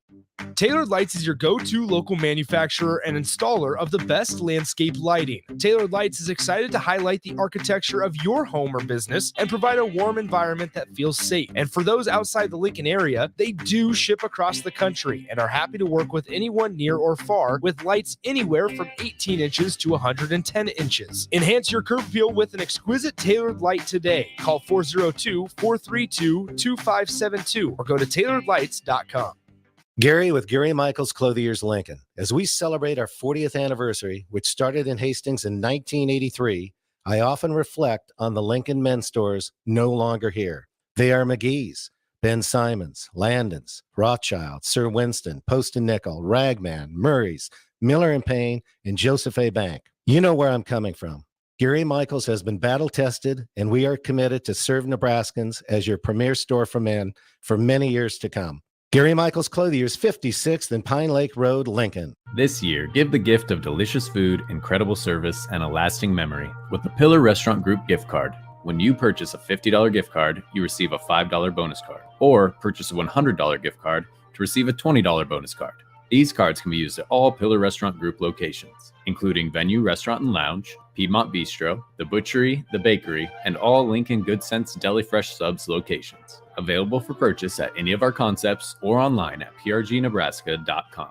We're bringing heaven to Lincoln with a waffle unlike anything you've ever experienced. Heavenly Waffles combines an incredibly fluffy recipe packed with protein and a medley of angelic toppings. To elevate the experience beyond your typical waffle and syrup, take the opportunity to try out this divine creation and pair it with a coffee from the mill as we celebrate Heavenly Waffles Wednesday from 8 to 11 a.m. at the 93.7 The Ticket Studio. Stop by the 93.7 The Ticket Studios at 1040 O Street this Wednesday, December 13th, to try some Heavenly Waffles. Parking available on 11th Street and in nearby garages. 93.7 The Ticket, Fox, KFXL weather. Brought to you by Bryant Air Conditioning, Heating, Electrical, and Plumbing. Your Lincoln forecast for today, expecting lots of sunshine. It'll be mild as well. We'll see a high of around 50. Tonight, increasing cloud cover with the low near 25. And tomorrow, mainly cloudy skies with a few flurries are possible, especially in the afternoon. We'll see a high of around 38. I'm meteorologist Kyle Clucker from 93.7 Ticket and theticketfm.com. Now back to On the Block with Strick and Austin on 93.7 The Ticket and theticketfm.com. We're back on the block. Austin Norman and Erick Strickland with you here. Thanks to everyone tapped in. I'll show long. Got about 20 minutes left here. We'll wrap up. We'll cross it over with old school here in just a minute. But Strick, the in-season tournament, the first edition of it for the NBA is done. The Lakers end up taking home the first crown. They do it in Vegas. If you want to go, ooh, of course it was the Lakers. Of course it was a championship for them. Of course it was LeBron. But I think generally speaking, people inside the NBA were pretty happy with how this went down. The ratings were, pretty much on par with what they have been, but they didn't go down despite the courts, despite the maybe confusion about what was happening. You got a lot of good games. You have your, household names like LeBron and Anthony Davis pop on the scene and win the first one. But you have also the, ascending Tyrese Halliburton, who we definitely need to talk about at some point on the show. I think it was a good mix of old and new. I think it raised the stakes. And even if it didn't, move the needle in terms of, millions of people watching at a time, it was different. It was fun. And I think it was worthwhile. How did you view the in-season tournament? So I think there was some wins and some losses and some things they can learn from what this first tournament brought to the forefront. But there are some things that you can take from this, and it goes back to what I believed was part of the reason for it. And I would give also an idea of what it creates in the psyche of these young men who are now in the NBA compared to when I was in the NBA, right? So one of the things is, like, for an example, let's just give an example from a viewership perspective, right? The Kings and Warriors in the group stage, when they were still in the group stage, it's still kind of up in the air as to, like you talked about it, the point spread and how this whole thing works, and playing the games and playing in groups. When is it a group game, or when is it just a regular? It's all this stuff was going on, and sometimes it may have been hard to follow. But just give an example of what I think they were trying to accomplish. And I think in some instances they did, creating this high tension. So that's one of the things. I think for some of these young players that are sitting on the bench, even though money is definitely greater out of their CBA, but some of these guys looked at it as a nice challenge to go out and get an extra $500K. You know, how can I go and pursue that, right? But that viewership on November 28th, for example, the Kings and Warriors in their group stage, at that same time last year, you're talking about early season, regular season game, same type of game last year. This year, they averaged around 2 million viewers, which is a 93% increase for a game in this same comparative window from last year. So that's what I believe. That's a huge success for the NBA, because why?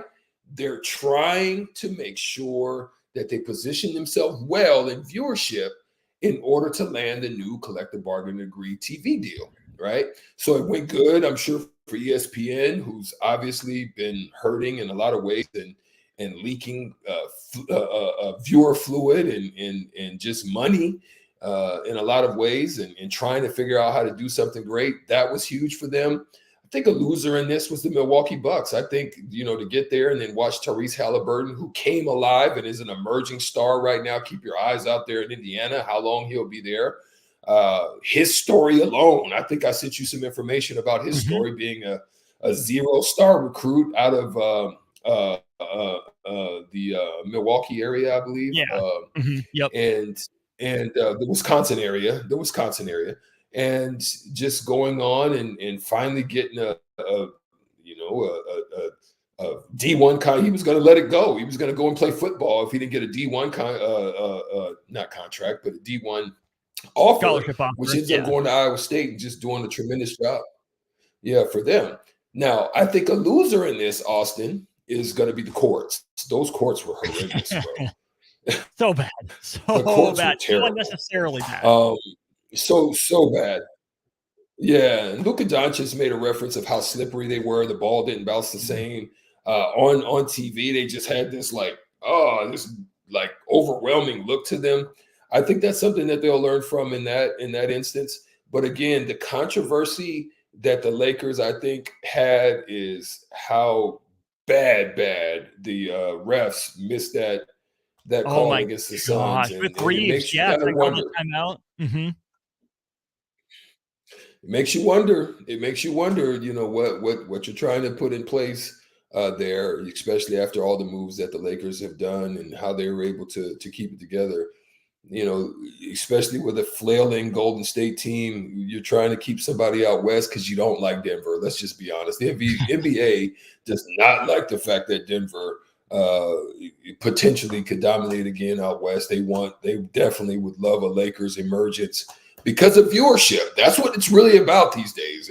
It's about viewerships, and a lot of people, they may not like the style of the Denver Nuggets because it ain't sexy. It is not. I'm sure there are people out there who, look at Nikola Jokic and say, yeah, that's for me. Not as many as the NBA would like necessarily. So LeBron still sells. The Lakers still sell. Golden State still sells. I think it was important for the NBA too to see a guy like LeBron take this so seriously. Is he the best player in the league right now? Probably not, but he's still top 10. And Strick, for so many of the young guys that are in the league, they grew up watching young Bron. So if he's taking something seriously, even with all the money he's made, if he's going to lay it all out there on the line, not take a rest day on an in-season tournament day, I think that's a good example that's being set. I think it's going to motivate these young bucks to pick it up. And my biggest loser of this whole thing, Strick, is Zion Williamson. And why is he a loser? Because he hasn't been the biggest loser, right? And that's part of the problem. He's looked out of shape. He's been called out for it. Maybe even gained weight instead of lost it. The Pelicans had a real opportunity to surprise like the Pacers did, right? With Brandon Ingram, with CJ McCollum coming back. All Zion Williamson had to do was get in shape. Like the base requirement for anyone in the NBA. just be in shape, be in good cardio. It shouldn't take that much, but Zion Williamson hasn't proven, that commitment to being willing to do that. And I think he wasted a golden opportunity, not just for himself, but also for this Pelicans franchise. Is he ever going to get that, light switch turned on? Or is this just who Zion Williamson is? Just leaving you, grasping for what could be? I think that is part of what the situation is. To me, I'm not going to say he's Jordan Poole, but it kind of looks like that to me. There were certain guys, I think, in our time frame. It was like, I'll give you an example, like Eddie Curry. I think Eddie Curry he's not as dominant as Zion. He's not as super athletic as Zion, but he came out of high school, had tremendous promise, good body, strong, had a physical presence, didn't really stretch, but he could work out, good footwork down low. I think he got drafted to Chicago, ends up with the Knicks, or it could have been vice versa, something like. But I'm pretty sure I think it was Chicago. But Eddie Curry, in his early deal, looked just like a lack of effort, a lack of passion, a lack of desire to get better. And then all of a sudden, his contract year comes up and he lost weight. He looked good. He was kind of a dominating force and he made you feel good about it and signs another nice deal. And then all of a sudden it was like, ew. There was one other player I could think of like that. Now, this player I'm about to share with you, Austin, you may have to look him up, because he was an anomaly at the time, right? Chandler Parsons. His name was Tim Thomas. No, horrible. I couldn't believe he got the deals he got. Tim Thomas. Yep. Milwaukee Bucks. Tim Thomas was a 6'10", can stroke it. He had super athleticism. He could have been like a KG type, but he just didn't put in the work, didn't put in the effort. And he was 6'10", slim, silky, smooth, got a nice stroke. He could handle. He had all that stuff with him. And he just didn't want it at that level. He would play good enough to get the big contract. And when his contract season would come up, he would shine. And then all of a sudden, you wouldn't see him no more. So there's certain guys like that I could just name. That's just a couple off the head. Zion has, gotten his bag. He's gotten an extension. Do you think a change of scenery would do him some good? Do you think that's kind of a cop-out to say, oh, yeah, I just don't want to be here, so I'm doing the James Harden thing? Because here's the thing, Strike. It shouldn't take a change of scenery to motivate a guy. I don't think things are so bad for him down in New Orleans that, it's mental. I think this is a personal choice. At this point, he's had every opportunity. And there's going to be some team out there who's going to continue to pay him that high salary and probably re-up with him if he were to come there, even though he might not deserve it, right? I mean, what he could be is absolutely worth max money, but what he has been isn't worth anywhere close to it. I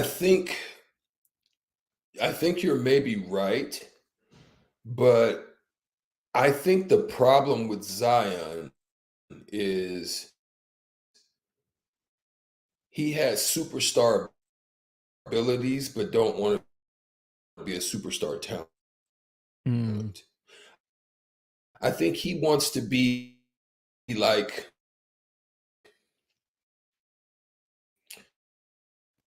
here's an example of what I can see as an example. Lamar's abilities, but he didn't want to really be the superstar. So he was a tremendous third guy. So you had those Kobe Bryant, Pau Gasol, but then Lamar Odom. He was he may be a good fit as like that situation where he doesn't have to be the guy. Here's why I say that. Yes, he was the dude at Duke, but he was just a physical, overwhelming specimen, right? But he also had some talent on that team that he didn't have to like be him. Brandon Ingram is a great player, but they just have a bunch of beta type of players. There's really no superstar type of guy on that. Now, I will say, I think for me, to be honest, I think when I look at like Milwaukee, Dame is not living up to the billing is why I think Milwaukee is coming up short right now. This is why I think they lost. Giannis is doing Giannis things, but at some point, Giannis is got to be asking Dame, come on, baby. I need some Dame time. I need some time, baby. I need you. And not sparks of it, not flashes of it. I need it regularly. I need you to be on time, baby. And I think that's what's missing there. But yeah, Zion to me, man, is more of definitely a 2-3 option for him. If he's the number one guy, he's not going to take you to the promised land because he don't have that in him. I think that's a conversation worth continuing to explore, at some point down the road. Now, who are those types of guys? What would it take for New Orleans or someone else to take that drastic step of telling Zion Williamson, hey, you're going to be our second banana. You're going to be our, third fiddle, something like that. I think that's worth diving into down the road. But Jay Foreman just walked in. I see him behind me, staring over my shoulder, ready to get going on the crossover. So let's take a break. We will get back and we'll cross it over with Old School to wrap up On the Block next. At Parkview Animal Hospital in Lincoln, it's not just their professional care that sets them apart, but their warm staff and state-of-the-art facilities. Whether it's for a routine checkup or a comprehensive medical procedure, at Parkview, your pet isn't just another number, but a valued member of their caring family. Visit them at pahlincoln.com today and in person just south of 14th and Pine Lake Road.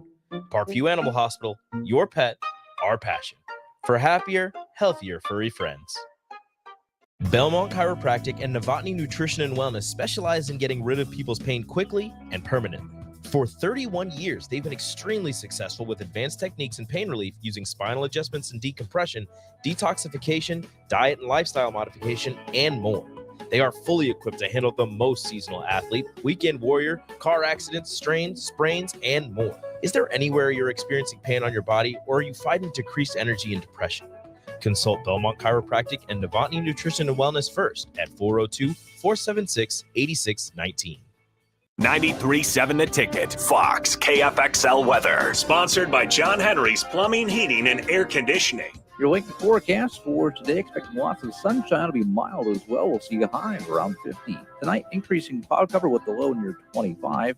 And tomorrow, mainly cloudy skies with a few flurries are possible, especially in the afternoon. We'll see a high of around 38. I'm meteorologist Kyle Clucker from 93.7 The Ticket and theticketfm.com. This year, give the gift of delicious food, incredible service, and a lasting memory with the Pillar Restaurant Group gift card. When you purchase a $50 gift card, you receive a $5 bonus card, or purchase a $100 gift card to receive a $20 bonus card. These cards can be used at all Pillar Restaurant Group locations, including Venue Restaurant and Lounge, Piedmont Bistro, The Butchery, The Bakery, and all Lincoln Good Sense Deli Fresh Subs locations. Available for purchase at any of our concepts or online at prgnebraska.com. Rashawn Jackson here for Bauer Infrastructure, a veteran-owned local company proudly serving Lincoln, Lancaster County, and the surrounding areas. Bauer provides quality work at an affordable price, and they're growing rapidly. If you want to experience a career with a fast-paced, family-friendly environment, visit BauerInfrastructure.com. They have top-of-the-line benefits, year-round work, even through the winter. Bauer, usher in the new era of infrastructure to an area near you. And as always, go Big Red! Tailored Lights is your go-to local manufacturer and installer of the best landscape lighting. Tailored Lights is excited to highlight the architecture of your home or business and provide a warm environment that feels safe. And for those outside the Lincoln area, they do ship across the country and are happy to work with anyone near or far with lights anywhere from 18 inches to 110 inches. Enhance your curb appeal with an exquisite tailored light today. Call 402-432-2572 or go to tailoredlights.com. My dream was to work in commercial banking, but it required a college degree and I didn't have one. I found out that Doane had classes for adult learners on the Lincoln campus and online. So I earned my bachelor's degree, and 5 months later, I landed my dream job. I decided to continue my education, and now I'm working on my MBA at Doane. For me, the Doane experience has been life-changing. Is your furnace or heat pump ready for winter? Call Bryant to schedule your home heating check. Comfortable, safe, efficient. Bryant Air Conditioning, Heating, Electrical, and Plumbing, 467-1111. Tune in to the Malone Radio Show from 9 to 10 p.m. every Sunday night to learn more about the Malone Center's goal to eliminate multi-generational poverty in Lincoln.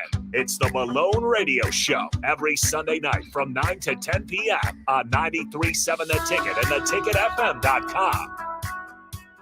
Gary with Gary Michaels Clothiers Lincoln. As we celebrate our 40th anniversary, which started in Hastings in 1983, I often reflect on the Lincoln men's stores no longer here. They are McGee's, Ben Simons, Landon's, Rothschild, Sir Winston, Post and Nickel, Ragman, Murray's, Miller and Payne, and Joseph A. Bank. You know where I'm coming from. Gary Michaels has been battle tested, and we are committed to serve Nebraskans as your premier store for men for many years to come. Gary Michaels Clothiers, 56th and Pine Lake Road, Lincoln. Hi, I'm Steve Carper for O Street Carpet. For Christmas, we're doing everything possible to help you spruce up your home without making a dent in your holiday budget. If you need new wood flooring, new carpet, ceramic tile, vinyl, area rugs, or custom blinds, you want to shop at O Street Carpet. We offer 12-month same-as-cash financing, Lincoln's best selection in stock, free in-home measuring, and we'll install it right away. 1732 O Street. We want to make you a customer for life. This is where it happens. Long hikes with friends, kayaking adventures with family, more horseback riding, zip line gliding, rock face climbing, hammock camping fun than you could ever imagine. And it's all outdoors, amongst the trees and across the prairie, here beneath Nebraska skies. Plan an outing today at yournebraskaadventure.com. Sponsored by Nebraska Game and Parks, aired with the Nebraska Broadcasters Association and this station. Now back to On the Block with Strick and Austin on 93.7 The Ticket and theticketfm.com. We're back on the block one final time. Austin Norman and Erick Strickland. Been a good 2 hours, been a fast 2 hours. Covered a lot of ground. The Husker basketball win over Michigan State, Shohei Ohtani's contract, some Husker football transfer portal news and notes. Spent some time in the pros here, the NFL and the NBA recently. Let's bring in Jay Foreman, Husker Hall of Famer, and celebratory Buffalo Bills alum. Take down the Chiefs in the regular season. The Chiefs are crying about it. I know, man. Listen, that's the perfect example of entitlement. You know, asking for a ref not to make a call based on what the optics look like. How dumb can you be? Come on, Pedro. You better than that, my brother. The thing about that, too, Jay, in my perspective, is he's obviously frustrated with the refs because he didn't like the call. How much of that is frustration with his team, though? You know, the pent up, he's just letting it out, pointing it toward the refs, but venting about his teammates with those words. Yeah, he would have been better off the prior week when they missed a egregious pass interference call that affected the game. Tony, first of all, Tony lined up all sides. The right tackle was illegal formation, so it was essentially which one do you want? Mm-hmm.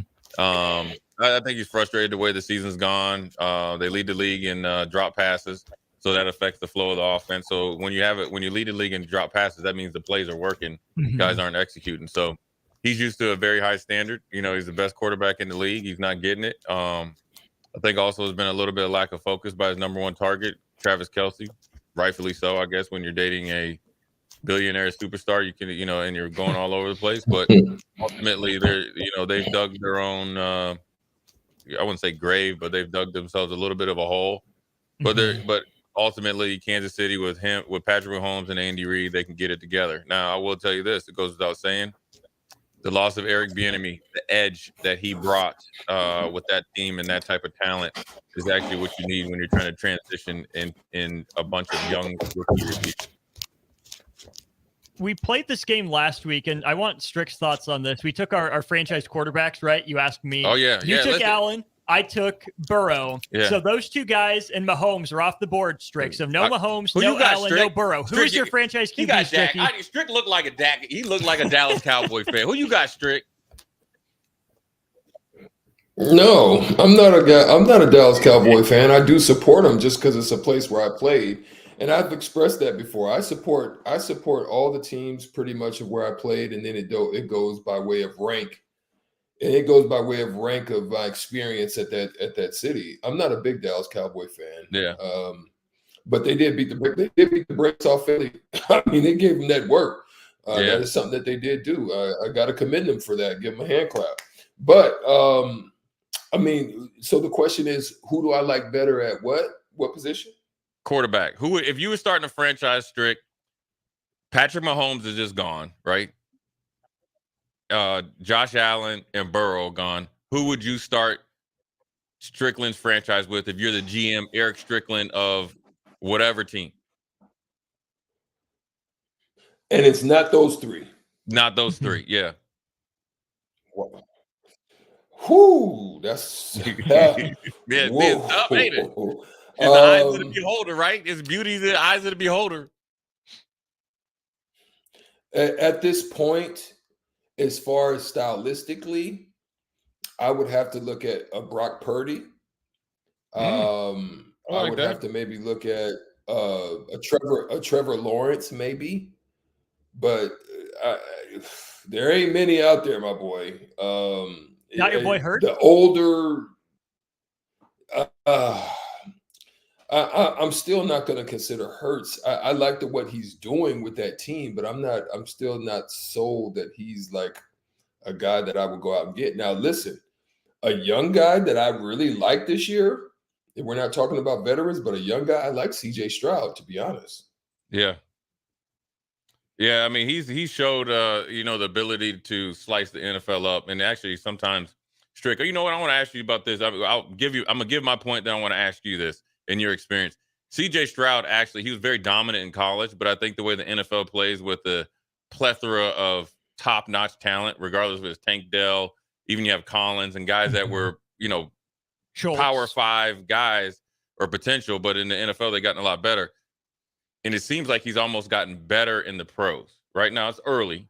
Strick, if from your experience as a player, right, and then also some guys that came in the league, why is it that some guys prosper better going to a higher level? You know what I'm saying? Because I felt like you were more free in the league, right? When I watched you a few times, you didn't even know I was in the crowd watching my boy Strick. And then there's some other guys I'm sure you've seen like, man, I played against this guy in college. He's actually, a time and a half a little bit better than he was in college. Yeah, that's interesting, right? And I think sometimes I think sometimes it's the professional nature of it, right?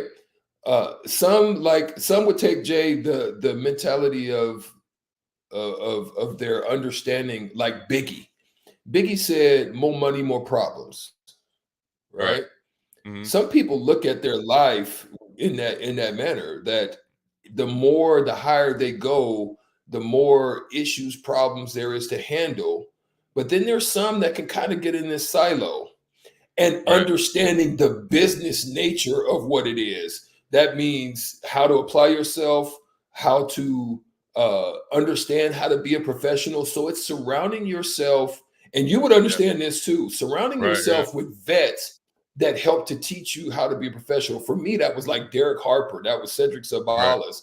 These veterans that have been on big platforms, been all-stars, played at the highest levels in the biggest of markets.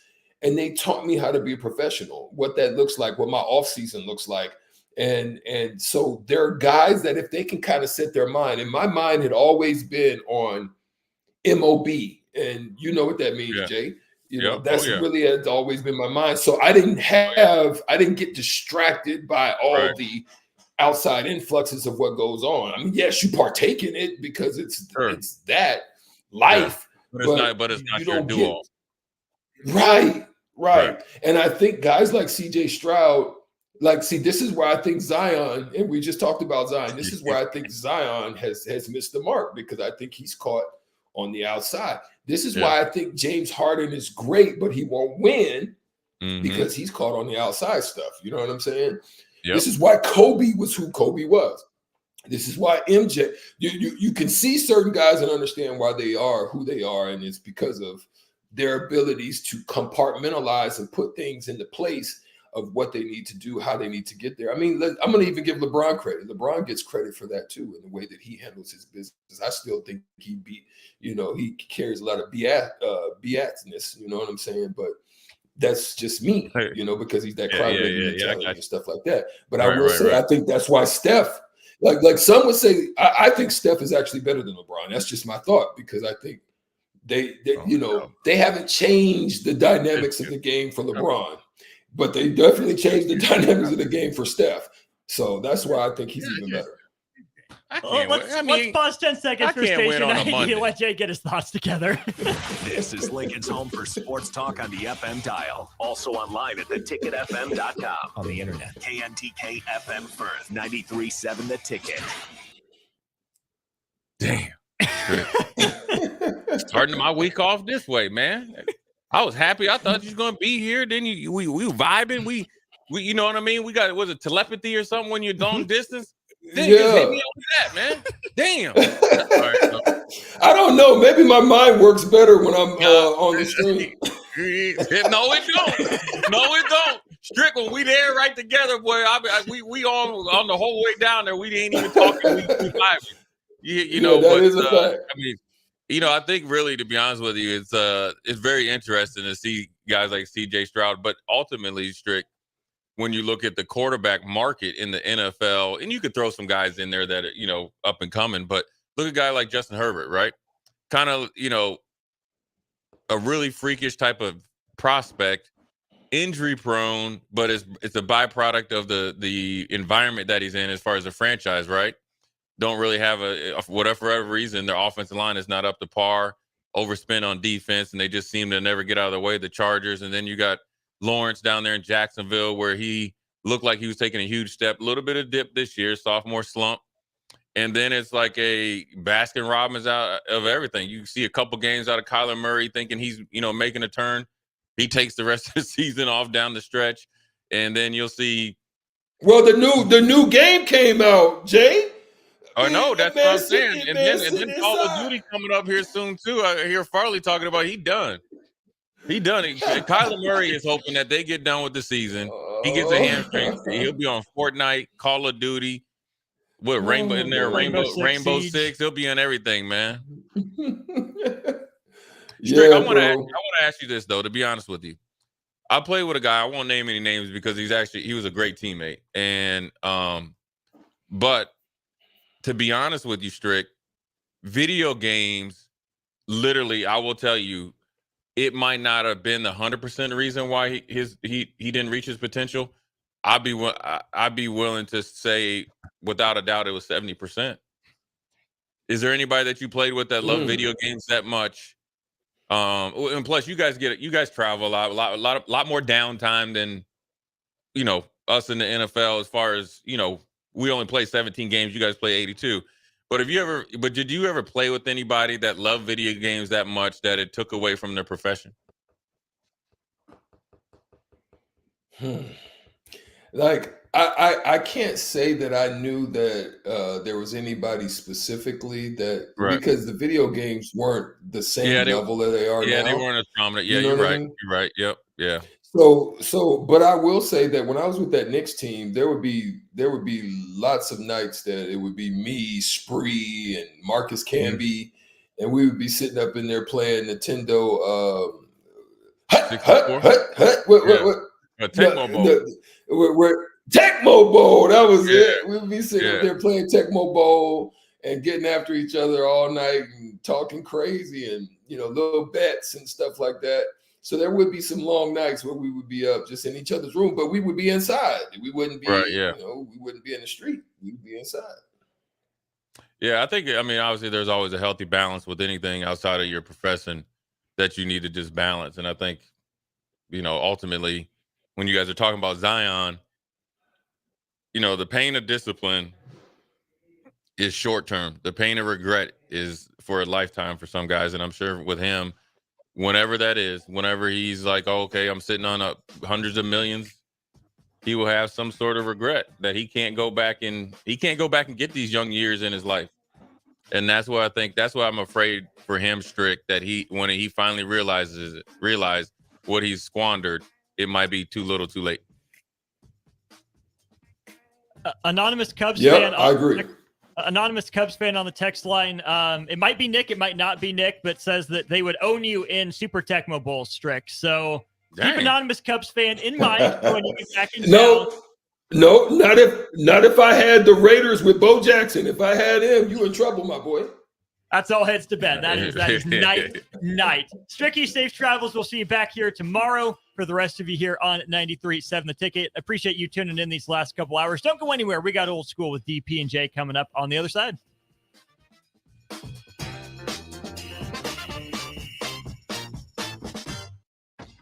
Attention all Wings fans. 89-cent wings are back on Tuesdays at Buffalo Wings and Rings in Lincoln. Enjoy the best wings in town for boneless or traditional at a price that makes the whole family happy. And now at the Williamsburg Village Wings and Rings, you can enjoy $1.50 tall boys in Bud Light, Coors Light, Busch Light, and Michelob Ultra every day after 7 p.m. and all day on Sundays. Get to Wings and Rings today and make sure to stop by on Tuesdays for 89-cent wings. Rashawn Jackson here for Bauer Infrastructure, a veteran-owned local company proudly serving Lincoln, Lancaster County, and the surrounding areas. Bauer provides quality work at an affordable price, and they're growing rapidly. If you want to experience a career with a fast-paced, family-friendly environment, visit BauerInfrastructure.com. They have top-of-the-line benefits, year-round work, even through the winter. Bauer, usher in the new era of infrastructure to an area near you. And as always, go Big Red. My dream was to work in commercial banking, but it required a college degree and I didn't have one. I found out that Doane had classes for adult learners on the Lincoln campus and online. So I earned my bachelor's degree, and 5 months later, I landed my dream job. I decided to continue my education, and now I'm working on my MBA at Doane. For me, the Doane experience has been life-changing. Discover the difference that expertise and experience can make in your real estate journey with Next Ag Appraisal and Realty. Whether you need an appraisal, sales, or farm management, Next Ag comes up with a solution with your legacy and goals in mind. Next Ag isn't just their name, it's your future. So why wait? Visit their website today at